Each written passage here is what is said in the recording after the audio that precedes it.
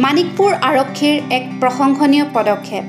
৭৯ সংখ্যক স্বাধীনতা দিৱসৰ লগত সংগতি ৰাখি মানিকপুৰৰ আৰক্ষী থানাৰ অন্তৰ্গত গাঁওৰক্ষী বাহিনীৰ সকলো বিষয়ববীয়া সদস্য আৰু সমাজৰ নেতৃস্থানীয় ব্যক্তিৰ উপস্থিতিত ড্ৰাগছৰ বিৰুদ্ধে এক সজাগতা সভা অনুষ্ঠিত কৰে। কিমান ডেকাৰ জীৱন অকালতে ধ্বংস হৈছে, কিমান পৰিয়াললৈ অমানিশা নমাই আনিছে এই মাৰাত্মক ড্ৰাগছে তাৰ সীমাসংখ্যা নাই। কোনো লোকৰ জীৱনত ড্ৰাগছৰ দৰে বৰ বিহৰ কুপ্ৰভাৱ নপৰক সেই উদ্দেশ্যৰে আজিৰ সজাগতা সভাখন অনুষ্ঠিত কৰা হয়। বৰ্তমান সমাজত অতি উদ্বেগজনকভাৱে গা কৰি উঠিছে ড্ৰাগছৰ ব্যৱহাৰ। যুৱ প্ৰজন্মক এই বৰবিহ ড্ৰাগছৰ বিৰুদ্ধে সচেতন কৰি তোলাৰ বাবে আজিৰ এই সজাগতা সভাখন অনুষ্ঠিত কৰা হয়।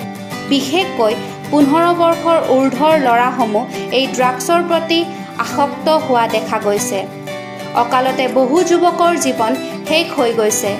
ড্ৰাগছৰ প্ৰতি আসক্ত ব্যক্তিসকলক চিনাক্ত কৰি তেওঁলোকক যাতে মূল সুঁতিলৈ ঘূৰি আহে তাৰে প্ৰতি দায়বদ্ধ হ'বলৈ গাঁওৰক্ষী বাহিনীৰ সম্পাদককে আদি কৰি সমাজৰ নেতৃস্থানীয় ব্যক্তিসকলক আহ্বান জনায় মানিকপুৰ আৰক্ষী থানাৰ ভাৰপ্ৰাপ্ত বিষয়া অজয় কুমাৰ সাহাই।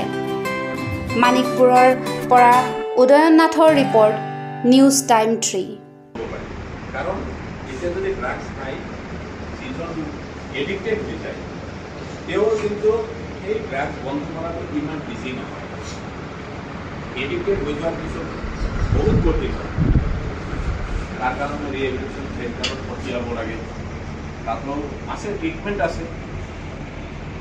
কিন্তু আমি যদি আগতীয়াকৈ মানে সেই ওলাব লাগিব তেতিয়াহে এইটো কৰি সম্ভৱপৰ হ'ব। কাৰণ পুলিচক ইনফৰমেশ্যনবিলাকো নিদিয়ে, ৰাইজৰ মাজৰ পৰা আহে, কিন্তু আমি সেইটো চ'ৰ্চ হিচাপত